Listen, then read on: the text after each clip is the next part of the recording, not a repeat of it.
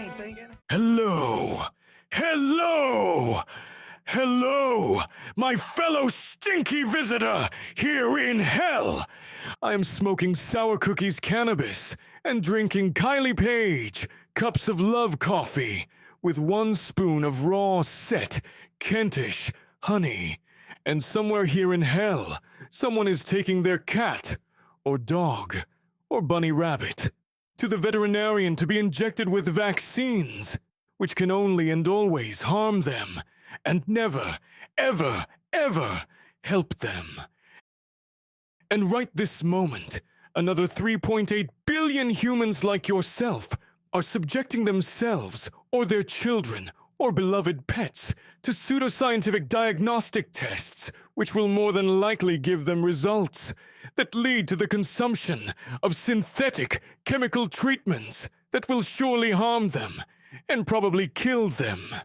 And you may think that's hyperbole, but that's only because you don't want to know the truth.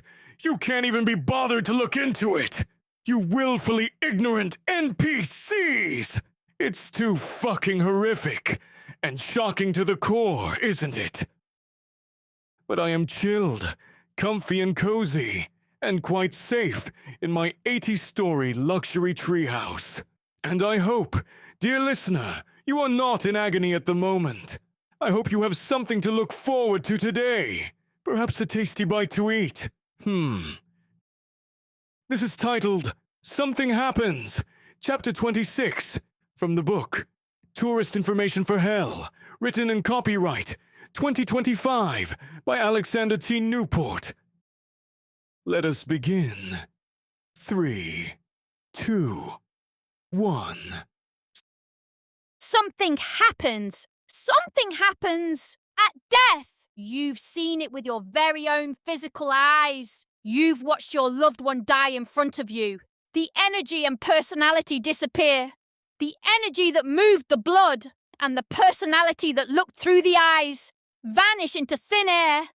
It looks as though both the energy and personality have been annihilated. That's what it looks like, all right. Looks like they exist no more. And think about this. They died without ever finding out why they had been born in the first place. Wow! What a fucking rip-off! Something happens. Is it truly the end of conscious awareness? Truly the end of thinking and feeling? Truly the expiration and termination of the energy and personality that fueled and powered that biological body that lays before you like a hunk of meat? Well, that's exactly what it looks like. How could it be otherwise? What could otherwise possibly mean? Aren't we taught by science that the energy and personality are products of the biological body's biochemistry? And thus being, when the biological body stops working and the vital signs flatline, the energy and personality die a death of annihilation. Aren't we taught that the biological body produces our thoughts and feelings, and therefore when the body dies, so does the thinker-feeler who thought and felt? Something happens. Death appears to be the end for conscious entities. But why were said entities even born in the first place? Why were they born to die? How did it happen? Wouldn't you think that something like being born into a world would require thought and designing and engineering and planning and intention? How could any physical thing exist without any conscious entity thinking about it and designing it first? Every physical thing in this world is temporary, including the world itself, and it is logically impossible for a temporary thing to have created itself. Only something eternal could create something temporary. Only something eternal could energize and power something temporary. Only an eternal consciousness could consciously experience something temporary, a biological body. Something happens, alive, conscious, coherent one moment, and dead the next. That energy and personality provided warmth to the body, and now that it's gone, the body turns clammy and cold. But where did it go? Where could it go? How could there be anywhere other than this temporary physical world? If there was a where, then it is obviously invisible here. If there was a where, then it must be eternal rather than temporary. Eternal means has always been alive and thus was never born and shall never die. The word and idea and concept of eternal can only be relevant and meaningful to conscious entities who think and feel. Since what is eternal has no beginning or ending, the middle of forever, then this means what is eternal cannot beget anything eternal. For instance, the eternal cannot create eternal life, nor can it create anything except temporary things. And since eternal can only pertain to conscious entities, then we must conclude that the only real consciousness that exists is eternal consciousness.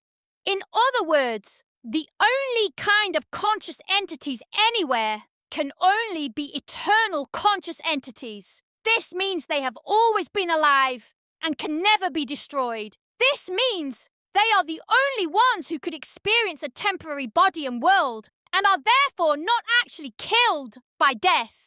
But what the fuck do they look like? Do these eternal entities have bodies that look like biological bodies on Earth? Do they have faces? Do they have voices and vision? Do any of them look like humans? And if so, do they still have penises, vaginas, and titties? But if they are eternal, then they do not reproduce. And so why would they need titties and penises? If they are eternal, they do not need to eat. So do they still have assholes? And what does their eternal world look like? Does it look like this earthly world? Does it have a sky and sun and stars at night? Does it have trees and insects and lakes and oceans? It has to exist, right? It has to exist as some place, as some sort of home state of awareness, of never-changing sanity and sobriety.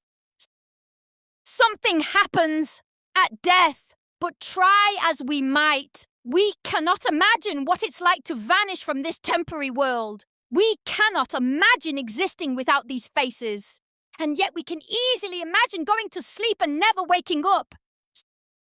Something happens at death, and annihilation would not be difficult to believe in if it weren't for a few niggling contradictions. If it were true, then everyone would vigorously guard and protect this precious one-time only existence. The very thought of suicide or murder would be abhorrent and vomit-inducing, and yet there are innumerable suicides and murders in this world. If it were true, there is no way any man or woman could walk calmly down death row to the execution chamber, nor enjoy a last meal of their choice, nor could any man or woman pull the switch or fire the gun. Life would be too precious, and yet we do not treat it very preciously, do we? We don't act like this is our one and only chance at life, at being alive, at thinking and feeling and remembering. I've seen children live stream their suicides. I've seen men discharge bombs and bullets from helicopters and blow their fellow human beings to smithereens and laugh about it too. If annihilation was true, I think most people would live this temp life in a near constant state of panic, if not paranoia and hypochondria, and there would be no time for levity or humour or love. And so, with the annihilation model, you live in a physical and biological and temporary world that happens spontaneously and randomly out of nowhere, with no conscious thought or intention, no thinking, feeling creator or creators. And yet we have, just by accident, vanilla, marijuana, cinnamon, honey, sugar, tobacco, coffee, wine, beer, whiskey, aniseed, sarsaparilla, chili, mushrooms, garlic, tea, ginger, mint, chocolate, pepper, salt, just randomly, with no thinker or thoughts behind their invention or creation. We have penises that fit into vaginas like a key into a lock, and titties that are suckable for hours upon end. We have dogs who smile by putting their ears back, grinning and wagging their tail. We have cats who loop around our ankles and purr when we stroke them. We see babies laugh. We see a mother duck looking after her ducklings. We see a homeless man in the winter offer his sweatshirt to a homeless man in a t-shirt. We see a man raise a child in a decent, loving way in spite of the fact that the child was the product of a rape or infidelity. Something happens. Something is going to happen. Is it lights out forever? Or is it waking up from a bad dream? Am I going to lose consciousness like passing out and never regain it? Am I going to lose consciousness like I do when I go to sleep, but will neither dream nor wake up? Something is going to happen when I die. The answer can only lie within the answer to the question, why was I born into this temporary life? How did this happen? Who was responsible? We know the temporary cannot create itself, nor experience itself, and thus the temporary can only be the creation of something eternal, and the only thing that can be eternal is a conscious thinking feeling entity. So an eternal thinking feeling entity is the only anyone or anything that can experience a temporary biological body, and thus, it stands to reason, said eternal entity cannot and does not get annihilated upon death. Something is gonna happen when I die. It sure looks like annihilation. It sure is mighty difficult to believe I'm going to wake up in some other reality or world. How was I able to intentionally forget that reality? How was I able to intentionally forget I am eternal if that eternal world or reality exists? It exists right now, simultaneously with this temporary world. But does anyone here ever think about that world or wonder what our loved ones are getting up to there? And then you have to ask, why did we leave such a world in the first place?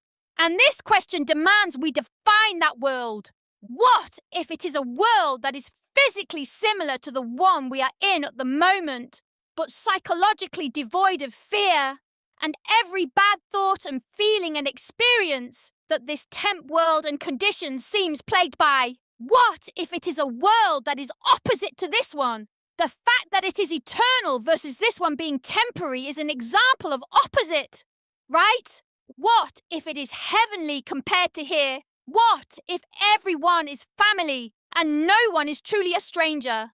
What if because there is no fear, there is no aggression or hostility or ugliness or unkindness or greed or need to dominate? What if everyone can be approached as though they are already a friend? What if there are no fences or locks or no such thing as trespassing?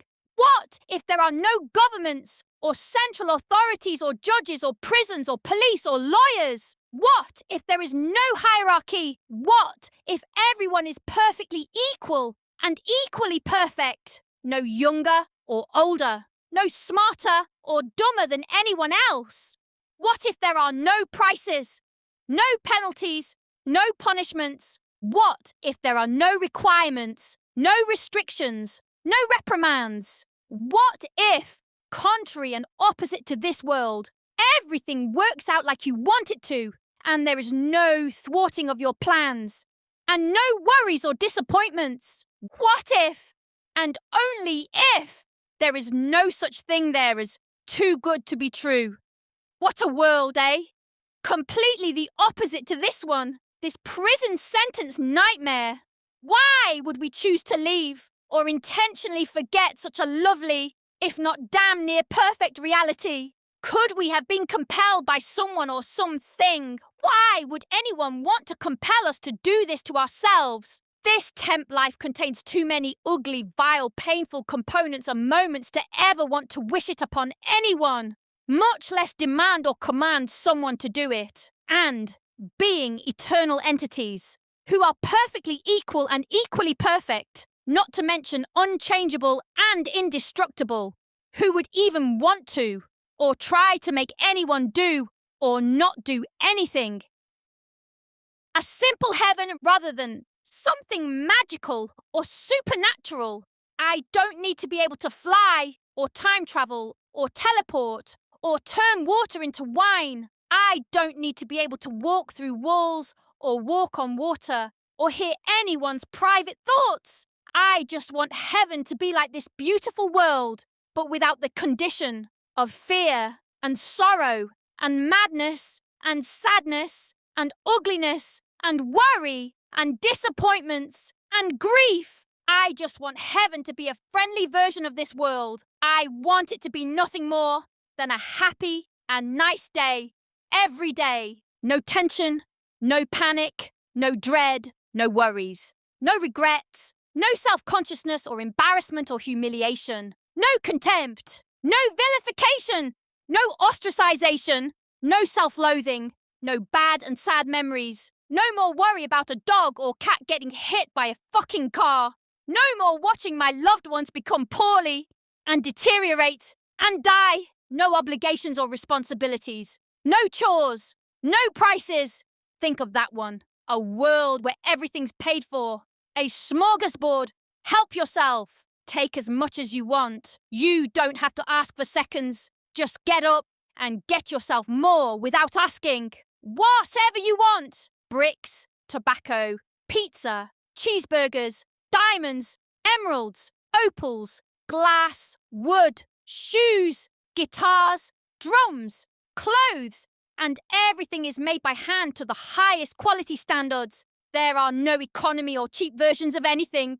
Everything is first class and 5-star and free to everyone unconditionally. No prices. No more putting your hand in your pocket. No more reaching for a wallet or purse.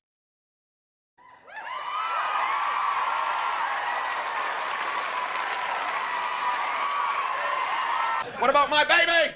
How far are you going, man? All the way.